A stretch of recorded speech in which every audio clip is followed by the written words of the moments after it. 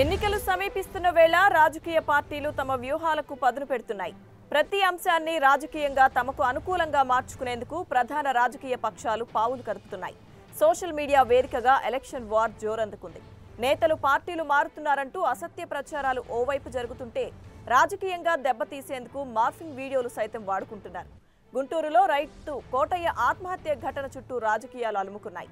TDP వైసీపీల మధ్య మాటల యుద్ధం మొదలైంది. మరోవైపు పార్లమెంట్ అభ్యర్థుల కసరత్తుతో పాటు ఎన్నికల మేనిఫెస్టో రూపకల్పనకు టీడీపీ కసరత్తు మొదలుపెట్టింది. సైకిల్ ఎక్కేందుకు కాంగ్రెస్ నేతలు డిఎల్ రవీంద్రారెడ్డి పావులు కలుపుతుంటే కొణతాల రామకృష్ణ ముహూర్తాలు చూసుకుంటున్నారు.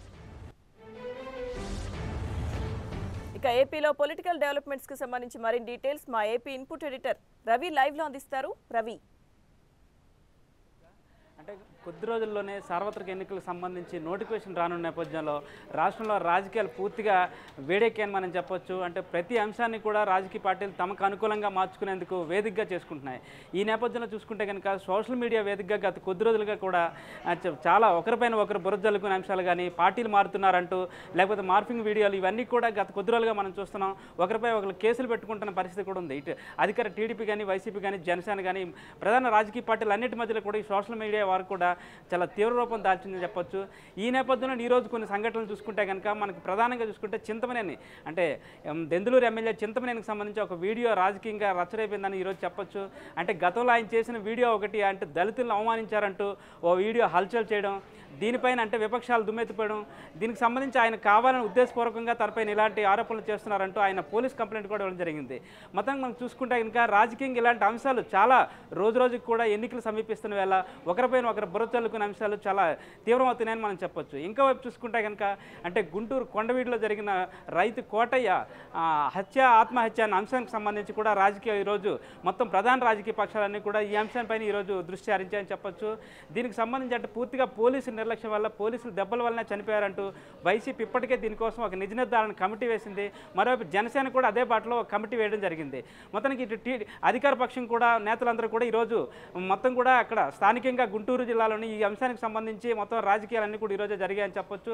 దీనికి సంబంధించి వైసీపీ ప్రధానంగా డిమాండ్ చేస్తుంది జ్యుడిషియల్ ఎంక్వైరీ చేయాలి, అప్పుడే ఇది పోలీసులు దాడి వల్ల చనిపోయాడా లేకపోతే ఆత్మహత్య ద్వారా జరిగిందా అని చెప్పేసి వైసీపీ డిమాండ్ చేస్తుంటే, మరోవైపు టీడీపీ ఇది కావాలని రాజకీయ రంగు పులుముతున్నారు. దీనికి కేవలం ఒక రైతుకి అంటే ఒక రైతు అది సంబంధించిన దానితో పూర్తి రిపోర్ట్ రాకముందే కావాలని వైసీపీ దీన్ని రాజకీయ రాద్ధాంతం చేస్తుంది, రాజకీయంగా లబ్ధి పొందాలని ప్రయత్నిస్తుందంటూ ఇటు మంత్రులు కూడా కొంతమంది దీనికి సంబంధించి సవాలు దిగారు. మరోవైపు అంటే ఇది ఎటువంటి సంబంధం లేదు, కేవలం పోలీసులు కేవలం ఆయన రక్షించడానికి, రైతును రక్షించడానికి ప్రయత్నించిన నేపథ్యాన్ని తీసుకొని పోలీసులే చంపారంటూ ఇలాంటి ఆరోపణలు చేయడం సరికాదంటూ ఇటు టీడీపీ కూడా ఎదురుదాడి దిగింది. మొత్తం చూసుకుంటే రాష్ట్రంలో ఇటు సోషల్ మీడియా కానీ చిన్న చిన్న అంశాలు, మరోవైపు ఓట్ల తొలగింపు అంటూ ఓట్ల సర్వేల పేరిట కృష్ణా జిల్లాలో కూడా ఈరోజు కొన్ని సంఘటనలు చోటు చేసుకున్నాయి. కొంతమంది యువకులు సర్వేలు చేస్తున్నారంటూ వైసీపీ నేతలు వాళ్ళని అడ్డుకోవడం జరిగింది. దీనికి సంబంధించి కూడా వాద ప్రతివాదాలు కంప్లైంట్లు ఇచ్చుకోవడం కూడా జరిగింది. మొత్తానికి అంటే అంటే ఎన్నికలు సమీపిస్తున్న వేళ రాజకీయ పక్షాలన్నీ కూడా ప్రతి అంశాన్ని కూడా రాజకీయంగా తమకు అనుకూలంగా మంచుకునేందుకు రాష్ట్రంలో పావులు కలుపుతున్నాయి. దీంతో ఎన్నికల వాతావరణం పూర్తిగా రాష్ట్రంలో వచ్చినట్టుగానే మనకు కనిపిస్తుంది. ఇంకోవైపు చూసుకుంటే అధికార టీడీపీ పార్టీ ఇప్పటికే 15 మంది సభ్యులతో ఒక మేనిఫెస్టో కమిటీ చంద్రబాబు నియమించడం జరిగింది. దానికి సంబంధించిన భేటీ ఈరోజు మొదటి భేటీ కూడా ఈరోజు మొదలైంది.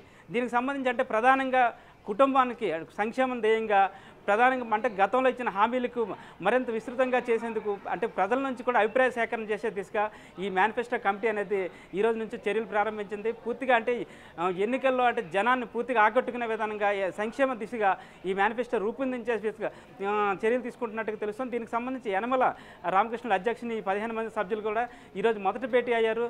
కొద్ది రోజుల్లోనే దీనికి తుది రూపు ఇచ్చే అంశాన్ని పరిశీలిస్తున్నారు. దీనికి సంబంధించి వెబ్సైట్ కూడా రూపొందించి ప్రజల అభిప్రాయాలు కూడా సేకరించే దిశగా గత ఎన్నికల్లో ఇచ్చిన హామీలు ఎంతవరకు నెరవేర్చాం, భవిష్యత్తులో ఏమేమి ఇవ్వాలన్నది ఇవన్నీ కూడా ఇందులో పొందుపరిచే విధంగా చర్యలు తీసుకుంటున్నట్టుగా మనకు తెలుస్తుంది. ఇంకొక చూసుకుంటే కనుక గత కొంతకాలంగా అంటే వలసలు అంటే రాజకీయంగా పార్టీలు మారే సంఖ్య చూసుకుంటే కనుక వైసీపీ అనేది కొంచెం ముందంజలో ఉందని చెప్పొచ్చు. గత వారం రోజులు కూడా వివిధ పార్టీల నేతలు వైసీపీ తీర్థం పుచ్చుకున్నారు.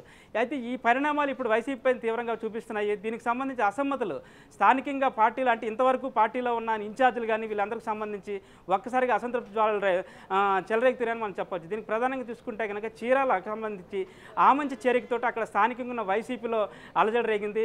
ఇప్పటికే కొంతమంది బాహాటంగా వైసీపీ అంటే అధినాయకత్వానికి విమర్శలు చేస్తుంటే ఈరోజు అంటే కాన్స్టిట్యూన్సీకి సంబంధించి ఇన్ఛార్జ్ ఎడమ బాలాజీ ఈరోజు చంద్రబాబును కలుసుకున్నారు. జగన్మోహన్ రెడ్డి కూడా బహిరంగ లేఖ రాశారు. అంటే పూర్తిగా పార్టీని భ్రష్పట్టించి వైసీపీకి పూర్తిగా వ్యతిరేకంగా గత కొంతకాలంగా కార్యక్రమాలు చేపట్టిన ఆ మంచిని ఏ రకంగా అంటే ఎవరిని సంప్రదించకుండా ఏ రకంగా చేర్చుకున్నారంటూ ఎడమ బాలాజీ జగన్మోహన్ రెడ్డికి లేఖ రాయడం జరిగింది. దీనికి సంబంధించి సరైన వివరణ ఇవ్వకపోతే కనుక పార్టీ వీడుతానంటూ కూడా ఆయన హెచ్చరించారు.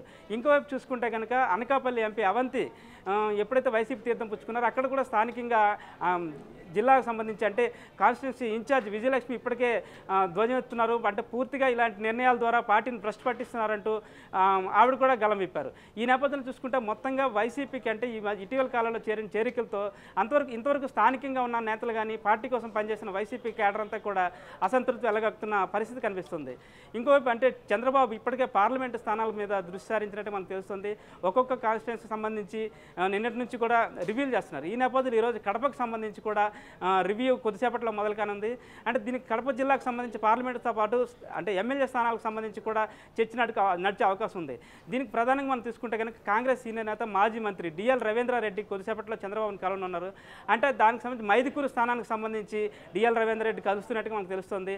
అయితే దీనికి సంబంధించి ఇప్పటికే టీటీడీ చైర్మన్గా ఉన్న పుట్టా సుధాకర్ యాదవ్ ఈ స్థానాన్ని ఆశిస్తున్నారు. దీంతో వీళ్ళిద్దరి మధ్యలో కూడా ఈ స్థానానికి సంబంధించి క్లారిటీ వస్తే కనుక డిఎల్ రవీంద్రారెడ్డి కూడా కొద్ది రోజుల్లో టీడీపీ తీర్థం పుచ్చుకునే అవకాశం ఉంది. అయితే మైదుకూరు స్థానానికి సంబంధించి ఇటు పుట్టా సుధాకర్ యాదవ్ డిఎల్ రవీంద్రారెడ్డిని ఎవరు నొప్పిస్తారనేది ఇప్పుడు చర్చనీయాంశంగా మారింది. ఇంకోవైపు మనం చూసుకుంటే రాష్ట్రంలో అంటే కాంగ్రెస్ పార్టీ ఇప్పటికే బస్ యాత్ర నిన్నటి నుంచి ప్రారంభించింది అనంతపురం జిల్లా నుంచి. అక్కడ కోట్ల సూర్యప్రకాష్ రెడ్డికి సంబంధించి కుటుంబానికి అంటే ఇంకా కాంగ్రెస్ నుంచి వాళ్ళు రిజైన్ చేయనప్పటికీ కూడా ఈరోజు ఆహ్వానం అందినట్టుగా మనకు తెలుస్తుంది కాంగ్రెస్ పార్టీ నుంచి. అంటే దాదాపు ఆ కుటుంబం టీడీపీలు చేరుతున్న నేపథ్యంలో కాంగ్రెస్ పార్టీ వాళ్ళ పక్కన పెట్టినట్టుగా మనం చెప్పుకోవచ్చు. ఇంకోవైపు రేపు అమిత్ షా రాజమండ్రిలో కార్యకర్తల సమావేశానికి రేపు అమిత్ షా వస్తున్నారు. ఇటీవల ఆయన శ్రీకాకుళం జిల్లాలో అంటే బస్ యాత్రను ప్రారంభించిన నేపథ్యంలో మరోసారి ఆయన రాజమండ్రికి వస్తున్నారు. అక్కడ రాజకీయంగా అంటే కార్యకర్తలని ఉద్దేశించి ఆయన ఇంటర్నల్ కార్యక్రమాలు చేపడుతున్నప్పుడు కూడా రాజకీయంగా ఈ అంశం కూడా కొంచెం చర్చనీయాంశంగా మారిందని చెప్పొచ్చు.